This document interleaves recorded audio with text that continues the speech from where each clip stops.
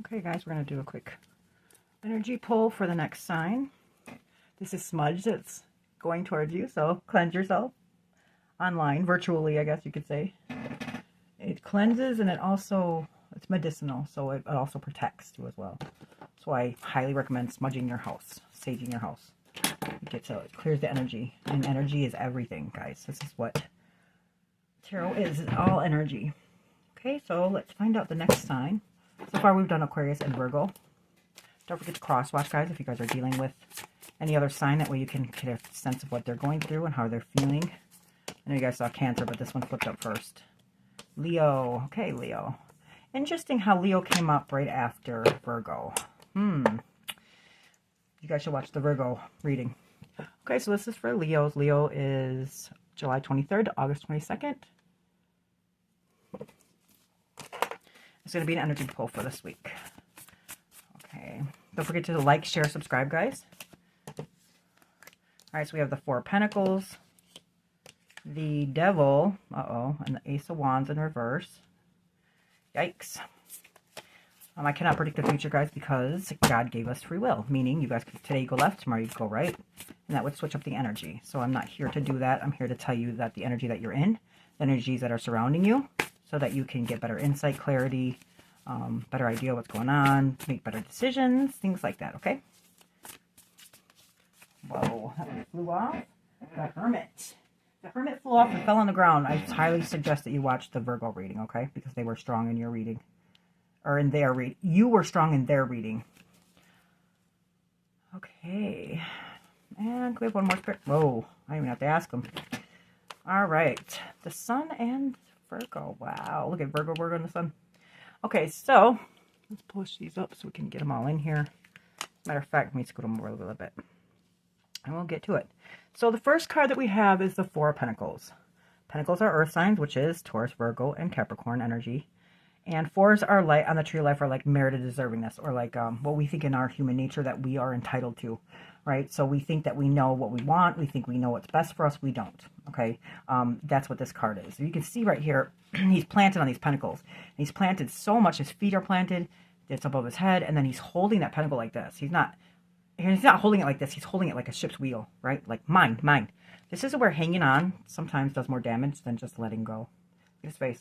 He's misery. He's miserable. All right, so you're hanging on to something that's causing you misery.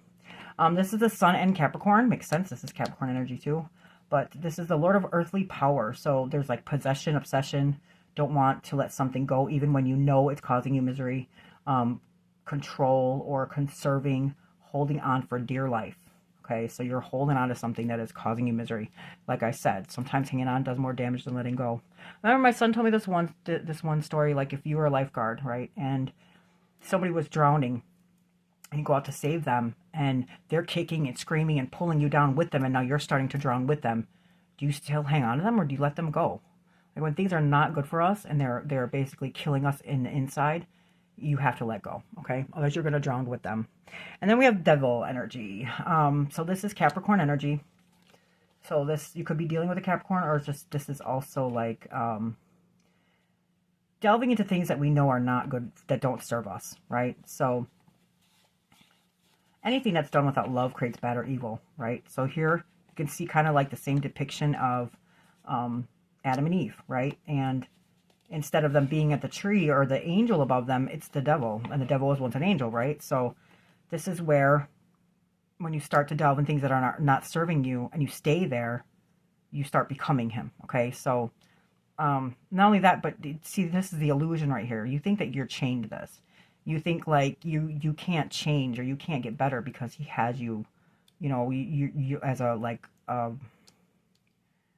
a hostage, right? But that's not true, because these chains are loose and they can easily be taken off. But the only person that can take them off is you. Okay, nobody else can do that for you. You have to take them off yourself. So this is this could be your shadow self or attachment to something, an addiction.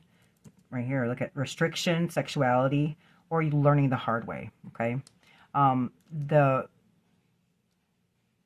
opposite of this would be the Lover's card, which is Gemini. So that's the one where the Adam and Eve, and then there's the angel. So anything that's done without love creates bad or evil. And here's the evil, okay? Or you're dealing with a Capricorn. Either way. So here's the Ace of Wands. Wands are fire signs, which is your element. It's Aries, Leo, Sagittarius energy. Ace is on the top of Tree of Life. So they're not tainted. They're on the top, right? Nothing has you know, like God's hand is in this. But this is where it looks to me like this is a candle and the candle burnt out, right? So this is the Lord of Inspiration, but it's in reverse. So in reverse, this is like lack of direction, delays, distractions, no inspiration, no success, no potential, no growth. And then this is Virgo energy. So I'm watch the Virgo reading, guys. So the Hermit is Virgo energy. So you could be dealing definitely with a Virgo because you were so strong in that reading too as well. So he's the wisest of the zodiac, and I'll tell you why. The reason why he's so wise is because he takes himself out of a situation to gain introspection. So he does not let anybody influence his decisions, okay? So when he needs to make a decision, he'll take himself out. He'll go on the snow-capped mountain all by himself, and he'll sit there and he'll meditate. He'll do whatever. He'll look inside. You know, he'll do whatever he's got to do till he gains clarity, okay? Till he gets the point of it, right? This is Virgo and Mercury, by the way. So this could be like soul searching, introspection, solitude, or maybe being alone. Inner guidance, taking yourself out of a situation to see things clearly, gaining knowledge without influence. So what happens is when he does that, after he does that, he has this lantern right here, and this lantern doesn't illuminate the whole entire journey. It's not supposed to, because he has faith in himself and he has faith in God, right?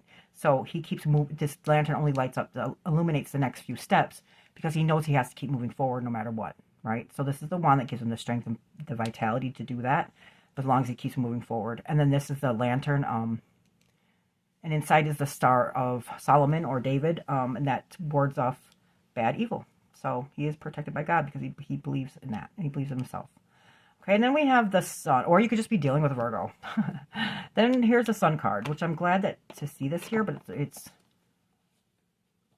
and then there's abundance right here. So take some time out, get your mind right, get some clarity, and gain introspection, right? And then here's the Sun. The Sun is like a return to innocence, okay? It's when we start, after we're done healing, right? The Sun, just think about the Sun. It's warm, it's happy, it makes people happy. There's a baby right here, so somebody could be having a baby, or this might be a grandchild of some sort. But the Sun would be like a child, right? So this is number 19, if 19 resonates with anybody. It also could be 9 plus 1 is 10.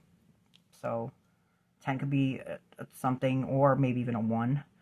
But this is Sun in Leo. So this is your card, Leo.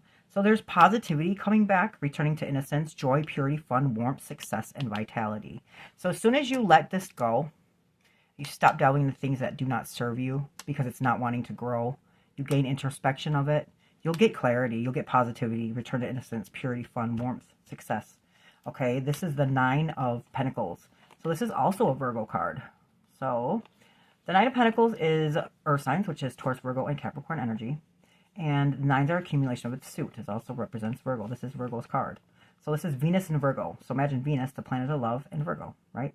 So the Lord of material gain. So there might be some abundance, luxury, self-sufficiency, and financial independence. So whenever we hang on to things that don't serve us, or things that we know don't serve us, we cause blockages. As soon as we let that go, take these chains off, then that's when our treasures will come.